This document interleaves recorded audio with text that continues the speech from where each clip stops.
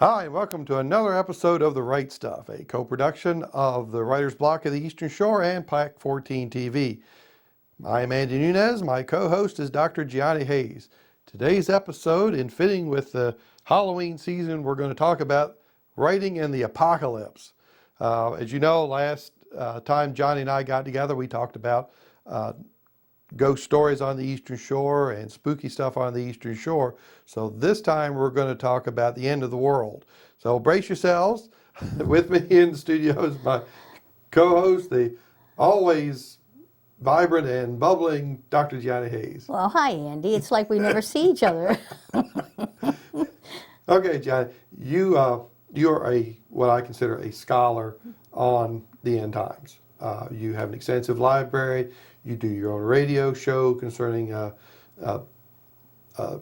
world's march to the end, and you've written 2 novels about the end times, Jacob's Demon and Lucifer's Legions. And one was optioned for a movie. Which one? Was Lucifer's Legion. Okay. But after a few months, I did take back my option. Okay, so you're right in the center of what has been a popular literary trend of the last 10 or 15 years, which is apocalyptic literature. Starting way back with the Left Behind series from Tim LaHaye and Jerry Jenkins. Now, that was a large series, and it followed the Bible about the book of Revelations, the end of the world, the rise of the Antichrist, and the eventual triumph of good over evil, the second coming of Christ. Now, you, in your novels, what have you focused on in your writing?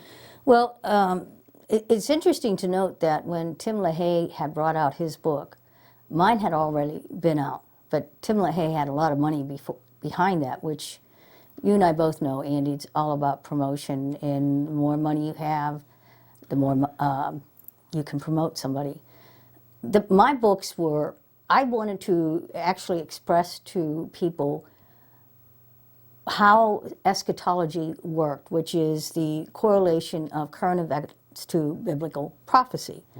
So I knew that if I did it as nonfiction originally, a lot of people would not read it. And also there was that whole issue of some people being frightened by it in itself. So I figured, well, I'll novelize this.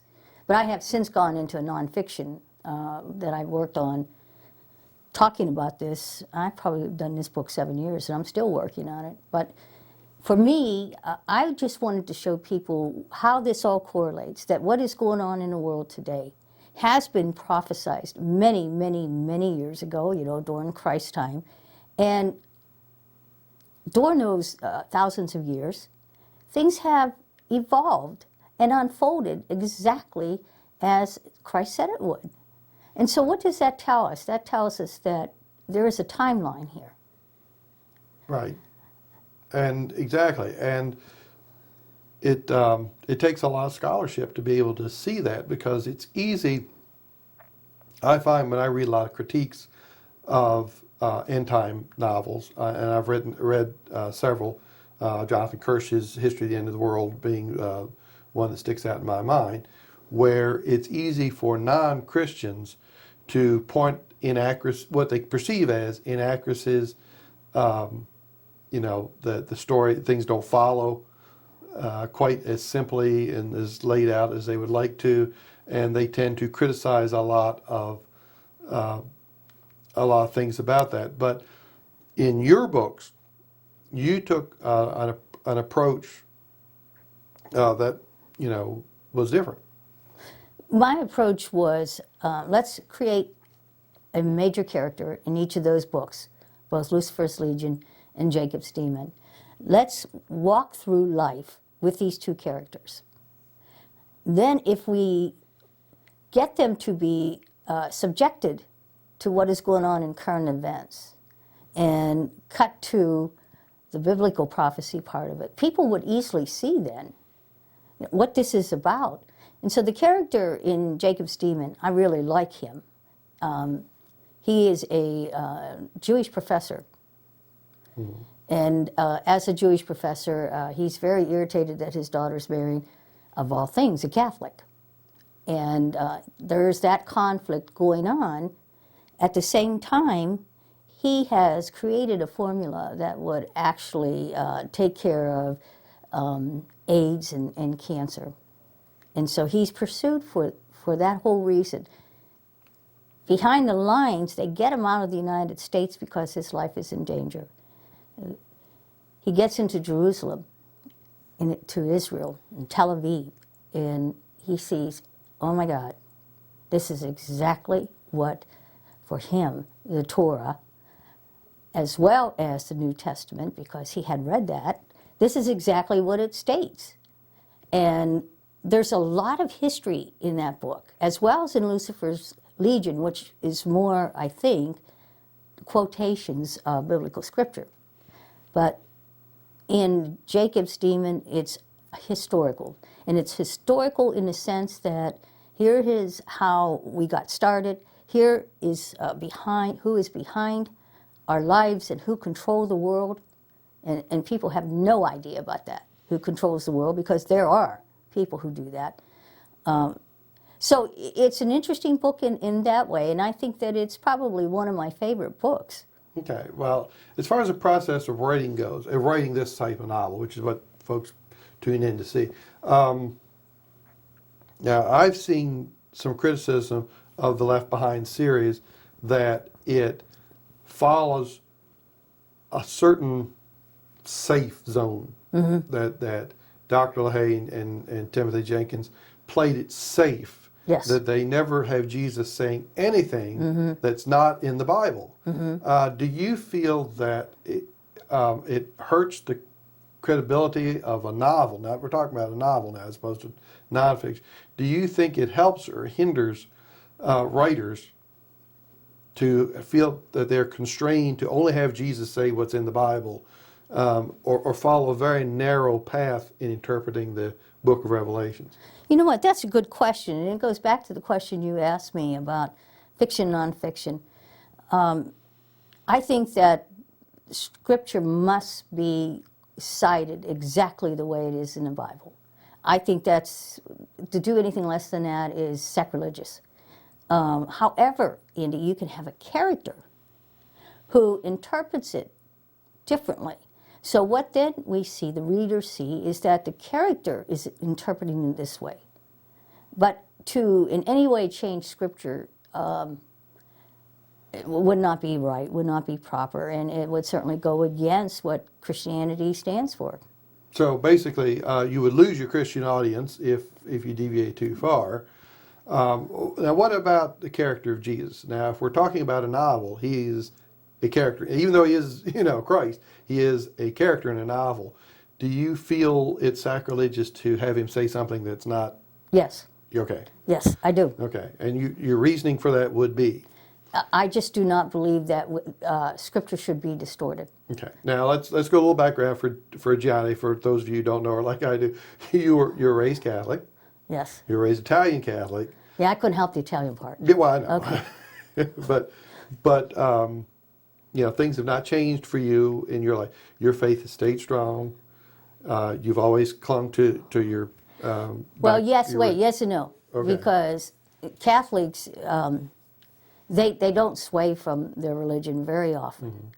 I would say that at this stage in my life, after having studied the Vatican very, very deeply and seriously, I have major issues with the Vatican, major issues with the Vatican that have kept me from going to Catholic Church.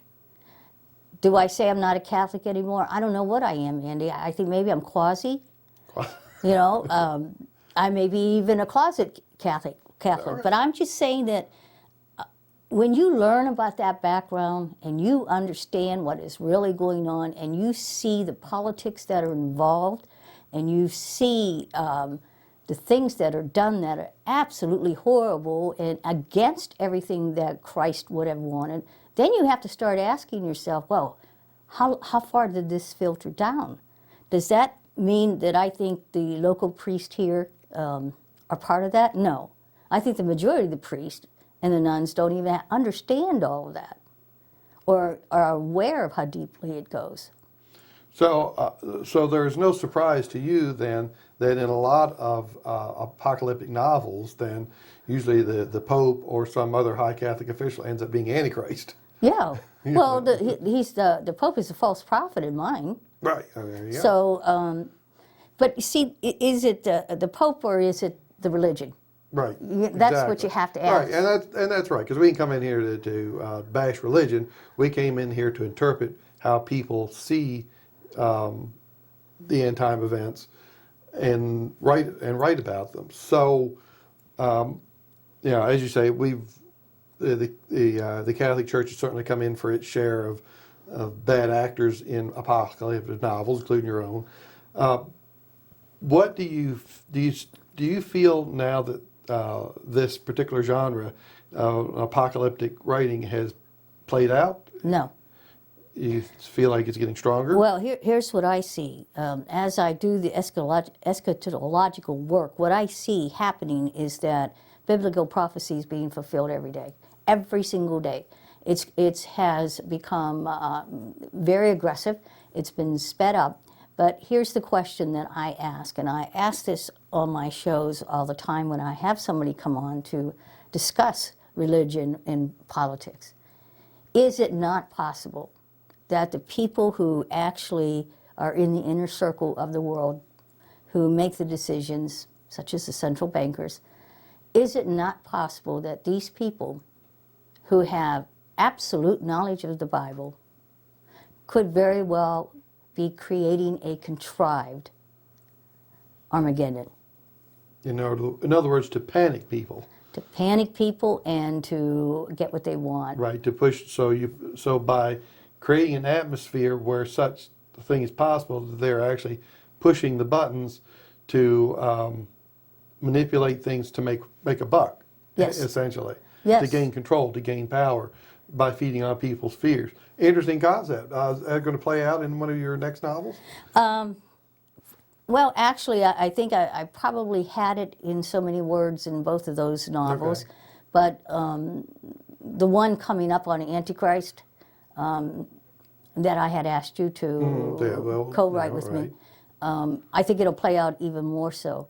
But it is a frightening concept when you see what is happening to our world, when you see what is happening to our country, when you see that our morals and values are frayed and where we're going and the amount of money lost. Well, guess what? That was all predicted in the Bible. It's all predicted in the prophecies. And if people would get holds of books that talk about and actually enumerate the prophecies, which is what I'm working on now, to show how the prophecies actually fulfill current events, or vice versa, they would start to realize, well, okay, this appears to be end times, but is it the real end times? And I struggle with that every day.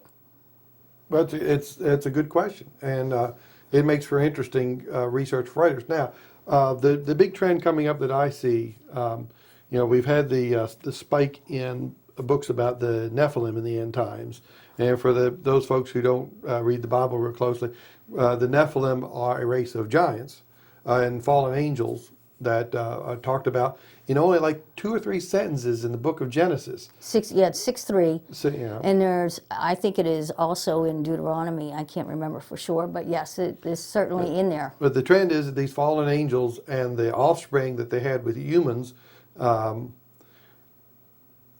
behind today's UFO phenomenon. And you've had guests on your radio show, and I've read books about that. So that, as a writing trend, is playing out right now. But what seems to be eclipsing even that trend is the new trend in writing about the year 2012. What's your take on that? Well, 2012 is based upon the Mayan and Incan calendars. And those people, I do presentations on this, and I tell the audience, these people who did the Mayan calendars were brilliant. I mean, the Native Americans or Native Indians from many, many years ago, they were brilliant. They were barbaric, but they were brilliant. And when they created that calendar, not one mathematician has found a problem with it. Not one. So what I mean not one is that they were able to set the calendar up and it works, But the problem is that That's what the Mayans say. But you know, Andy, you and I both know ultimately God is in charge. Right, right. And but my conundrum, and the conundrum for a writer who's going to write about this, and we've got a movie coming out in a few months about it, is being the Mayans weren't Christians, could they have received a revelation from God giving that date? They could have. I mean, certainly God existed. He created everybody. And Christ was not around then. I mean, they didn't know Christ, as you said. Yeah, but you know, there's that duality here. And that duality is if there's a Christ and God, there's also Satan and an Antichrist. So where did they come from? Did that information come from, quote unquote, an Antichrist or people of the Antichrist back to the Nephilim? Right. Who, and I'm having on my show, you've heard of Eric Van Dunigan? I think so. He did Chariots of the Fire. Okay. Oh, yeah, yeah. Von Daniken. Yeah. German guy. Yes, his German or Swedish, I don't know. Something like that. His American representative, Giorgio Tsoukalos, okay, he was just on television, is coming on my show to discuss that very thing. Was it possible that ancient astronauts, came here to Earth and maybe they were the ones who did Stonehenge and they were the ones who did all of these things that we don't have explanations for? But Van Dunigan said he believes there was an ancient society that came from someplace else and did this. Okay, and that's all. There's been theories, like you say, since Von Daniken wrote in the 70s. I had all three of his books. Let's talk a little bit about your radio show, because the listeners out here probably may not be aware of it. You have a Wednesday night show, runs for 2 hours, 8 to 10, on American Voice. American Voice Radio. And people can tune into American Voice. Yeah, they just do AmericanVoiceRadio.com at 8 o'clock. Okay, so they can get it right, and they can do it like I do it. I get right through the internet. Now there's two shows. There's some of your guests. Johnny's had some great guests. Patrick Heron. Yes, I've had Congressman Kucinich, Yep, Phyllis Schlafly. I've had Mel Gibson's father on. I've had Sheriff Arpaio, who... I heard about him in the news today. I know. He's defying the government. But anyway, and you've had Lou Marzulli, yes, who's done the Nephilim trilogy, right, and a number of other writers. Now, for our listeners who are aspiring writers, you've interviewed a number of writers on apocalyptic subjects. What do you feel is what's not being written about? What do you think that's important that some writer out here might pick up that's missing, that after interviewing all these writers? Well, one of the things that I think is not being written about a lot, although we're starting to see some of it, is about the Holy Grail. And how does this all fit in with the Ark of the Covenant? And that's one of the things I want to tackle next. For Brown, of course, it was that he believed Christ... Magdalene was however, sexual relations, marriage, or whatever. But that nobody knows, Andy, what truly is the Holy Grail. And I would like to see more written on that. And I've been researching what we're talking about today, who controls the world, as well as the aspect of religion, how it plays into it, for 21 years. And I've seen a lot of changes, and I've seen a lot of research materials that are questionable, as well as some that are like, oh, I never thought of this. And then you go and check that research to make sure that's accurate. So what do I think? I think that's one of them. And I think we need to also address the fact that if it is truly the end times, where are we in our lives with God? Good point to ponder. It's talking about the Holy Grail. You're right. Having done some research on the Grail legends myself, I'm finding that scholars, I'm not talking about Christian scholars now, but scholars are having a trouble from a secular point of view being able to trace the legends of the Grail back before 900 AD. Right. So I think the challenge for Christian researchers and Christian writers is being able to connect the dots between the cup that Christ drank from when he died, or the dish that he ate out of. Or the spear. Or the spear, and or how they can connect the dots from the crucifixion to the first mention of it in literature in the 900s. As we all know, there was a supposition that the spear that pierced Christ's side was in a museum in Austria, I believe. And that's research now has shown that that spear only dates from 900 to 1100 AD. So that's not the spear. So there's a lot of potential for writers to still write about apocalyptic themes and won't be crowded out of this market. Oh, in our last couple of minutes, Johnny, what if somebody's coming along and doing some writing now, what's their best approach that they should take? Who should they contact as far as publishing, things like that? Do you mean in terms of just writing in general? I'd say writing for an audience about apocalyptic times, yeah. Well, I think you should never touch that unless you've at least read the Bible 3 or 4 times. I think that's vital. You cannot write about something that you don't know about. I think they also need to look at the scholarly work behind it as well. Good question. What books do you recommend for research on end times, what nonfiction books? Well, you know, end times is a very a wide range of topics that are involved in it. I would say you have got to start with the Bible, and then you go and get translations of the Bible. I mean, not that I want them to read it in Greek or Arabic, but I want them to read it in English, but then go get books on each of the book in the Bible so that it clarifies what is really going on. And then the next thing you need to do is, once you realize that, now go and research who and what is going on in the world today. And when people get a hold of that, and when they start to see that piece of information that they were never aware of, that who is behind this stuff, and fast forwarding us to the end, I think then they can start to say, gee, maybe I need to write about it. Before then, no. This is very much like the book that I had talked to you about with the Antichrist and the Holy Grail in it. And you and I have done significant research on end times. And I probably have been in it longer than you, but you are very well versed. And you know that you have to also research, you know, the Arthurian legend. You have to do all of these as well. So the research is massive. It is a lot of research. Now, let's go in the last minute or so. Translation. Which translation do you recommend people start with of the Bible? King James, New Revised Standard, Living Bible. What do you feel is the best English translation? Well, I would certainly not say the Catholic version. Not that it's wrong. It's just that it's bent towards that. You know, I believe in the King James Version. However, once I have read the King James Version 3 times, what I do then is I go and pick up 2, 3, 4 more Bibles and compare the translation. I have one that is really unique, and it's called the Archaeological Bible. And it actually shows places where they have discovered various relics and whatnot, and talks about how things came about. And I find it very unique.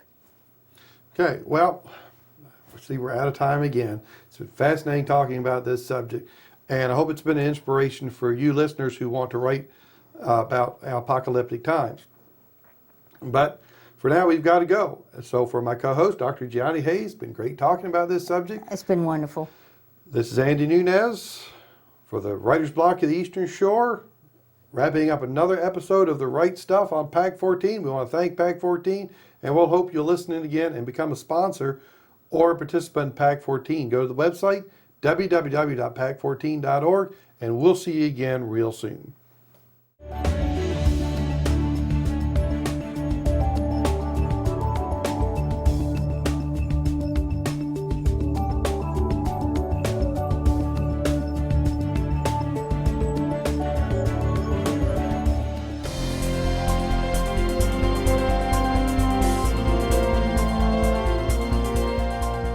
Would you like to see your community organization or nonprofit group featured on PAC 14?